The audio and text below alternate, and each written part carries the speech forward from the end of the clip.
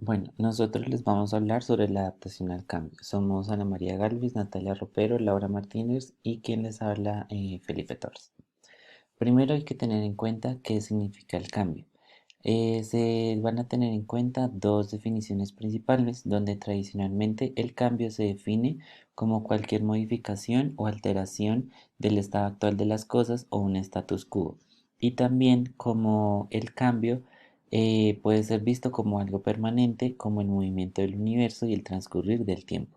Para entenderlo mejor hay que tener en cuenta dos ejemplos. Cuando un jefe dice a sus subordinados que los nuevos tiempos requieren que todos cambiemos, o cuando un empleado le dice a su esposa que ha decidido cambiar su estilo de vida. Por lo tanto, teniendo en cuenta estos dos ejemplos, podemos observar que la persona que emite el mensaje y quien lo recibe puede tomarlo de distinta forma, debido a que el cambio se toma desde algo más interior que desde algo más externo.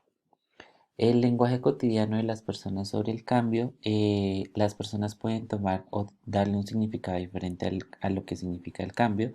Por lo tanto, puede significar agregar, enriquecer, sumar, eliminar, desechar o disminuir o restar, regresar a una posición anterior, dar un nuevo orden a lo existente, frenar, inmovilizar, acelerar, movilizar e impulsar. También hay que tener en cuenta los significados de cambio, tiempo y movimiento. Para el hombre, el cambio ha estado ligado al concepto de tiempo y al concepto de movimiento, debido a que el movimiento del sol a través del cielo y la alteración del día y de la noche. Es decir, que para darle un significado al cambio hay que tener en cuenta desde los inicios del hombre, debido a que el hombre estaba muy pendiente de pues, del cambio del día al cambio de la noche. Entonces, desde ese momento es cuando el hombre tiene la percepción de cambio, cuando se dan los primeros fenómenos cíclicos para que se dé la alteración y la atención al hombre y poder proporcionar una unidad de medida. Una definición operativa para esta autora, ella define que el cambio es una manera práctica de alejarse del presente hacia una nueva situación de desequilibrio en búsqueda de un orden diferente. Entonces, nosotros empezaríamos desde una estabilidad, desde el orden actual donde nos encontramos, y pasaríamos por un proceso de incertidumbre y confusión, donde se soltarían los amarres a los que estaríamos unidos, y llegaríamos a un futuro o a un nuevo orden. Es decir, que podemos tener tres estados principales: el presente, la transición y el futuro, donde el futuro se observa más como un punto en el mapa para darnos cuenta el avance que hemos tenido y hasta dónde vamos a llegar. También hay que darle importancia sobre el cambio, debido a que el cambio puede estar presentado o se puede dar debido a que va a haber un gran volumen de elementos y de productos que se han creado, donde la diversidad cumple un papel muy importante, porque si hay más elementos que interactúan entre sí, vamos a tener una mayor posibilidad de cambio. También la capacidad transformadora, donde millones de personas están siendo preparadas para ingresar al mundo laboral y de esta forma transformar su empleo dándole un mayor valor. Y también porque se ha escuchado que el movimiento es lo que va a permitir la supervivencia y más allá la plenitud de la vida, donde la parálisis se va a asemejar con la muerte de la vida o pues la muerte de la persona. Las empresas y su relación con el cambio, entonces hay que tener en cuenta que cuando una empresa se va a convertir en un sistema abierto, debe cambiar junto con la sociedad a la que ésta hace parte, y debe hacerlo principalmente para evitar la administración por crisis, para que ésta no sea víctima del éxito y convertirse en una presa estática, para que ésta genere nuevas oportunidades y para que dé un valor agregado a la organización.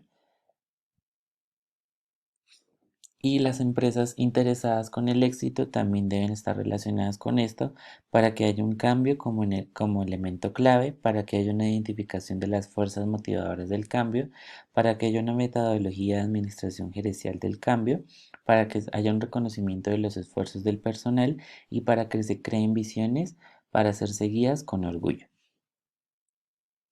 También hay que tener en cuenta la definición de gestión del cambio, que es una nueva habilidad gerencial que se tiene. Entonces, la habilidad de administración del cambio se relaciona con el definir y compartir valores congruentes con este a todos los niveles, es decir, clarificar el tipo de evolución que requiere la organización, asumir un liderazgo innovador, elegir los ejes a mejorar y las acciones clave que se van a tener. Y también se pueden observar algunos mitos sobre la administración del cambio. El primero de ellos es que las personas no, dicen que no les gusta cambiar. Las personas desean opinar, entender, valorar riesgos y beneficios y tomar sus propias decisiones. También se dice que el cambio es sinónimo de inestabilidad y de crisis, pero, pero las empresas que toman el cambio como una forma de vida se van a volver flexibles y van a asimilar de mejor manera la metodología que se vaya a implementar. También se dice que la velocidad del cambio depende del tamaño de la organización, es decir, que no depende es del compromiso, sino de la presencia de otros cambios y de la estructura y de la cultura. Y también se dice que el cambio implica la pérdida de control, pero esto no es así porque este no es un estado permanente y es decir, este es un estado pasajero, mientras que se reestructura y que se ordena nuevamente. El caos es necesario para reorganizar y volver a construir estructuras más complejas que las anteriores y siempre van a haber razones de validad para no cambiar, pero tantas como para cambiar. Pero es decir, esto es erróneo porque debe existir un equilibrio entre las fuerzas a favor y las fuerzas en contra. Aprendiendo a adaptarnos ante el cambio. El cambio hace referencia a la manera en la que integramos los nuevos aprendizajes y transformaciones. La adaptación es uno de los aspectos más valorados por las organizaciones, ya que implica mantener una disposición hacia el trabajo, facilitar los cambios y fomentar la integración de la tecnología y los nuevos conocimientos. Está relacionado con las personas en su vínculo con el ambiente, ya que las organizaciones cambian y los individuos deben hacer modificaciones también dentro de sí para estar en armonía con el exterior. El conocimiento se desplaza a través de cauces de información y nos permite responder sin contratiempos a todo lo que sucede a nuestro alrededor. De esta manera, cuando llegamos a lugares nuevos sabemos cómo adaptarnos al cambio. Esta es una cualidad de nuestra inteligencia, que nos permite tener un sexto sentido o lo que conocemos como intuición para enfrentar lo nuevo sin parálisis o sin temor. Sin embargo, a veces es el sufrimiento, la equivocación o la depresión la que nos indica que algo ha cambiado. Las personas no son creativas por sí mismas. Una vez que se forman pautas basadas en las experiencias pasadas, estas son el apoyo para permitirnos sobrevivir y dar respuesta al ambiente. La mayoría de las actividades que realizamos diariamente las hacemos de forma automática partiendo de estas pautas, como lo son bañarnos, cocinar, manejar, etc. El reto de la competitividad personal consiste en asimilar los nuevos aprendizajes y reaccionar de manera distinta conforme el mundo cambia. La supervivencia de los individuos y las organizaciones no es de la más fuerte, sino de la más adaptable. El proceso de adaptación se compone de tres tipos de cambios, pero son cambios internos, que pueden presentarse de manera simultánea. El primer nivel es la asimilación. Entonces, cuando el mundo ha cambiado significativamente, generando un desequilibrio entre nosotros y el medio externo, haciéndonos quedar en desventaja. El modo de resolver esta situación es vinculando lo novedoso con lo conocido.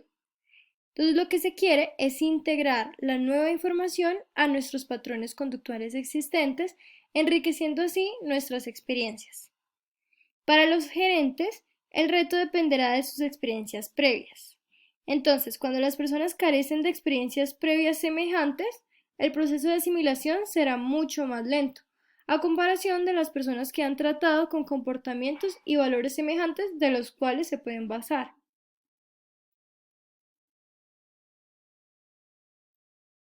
En cuanto al segundo nivel, es la reorganización o resignificación. Entonces, no es posible asimilar lo nuevo sin entrar en conflicto con los aprendizajes previos, ya que hay una interferencia entre estos. Por lo tanto, no resistimos el cambio. Se debe reorganizar y dar un nuevo significado a los aprendizajes anteriores. Esto es muy común cuando nos cambiamos, por ejemplo, de trabajo, de ciudad, de pareja, ya que si se sigue con los comportamientos anteriores, pues no va a haber una adaptación. También muchas experiencias traumáticas de nuestra infancia deben ser resignificadas. Y esto es el proceso que conocemos como madurez.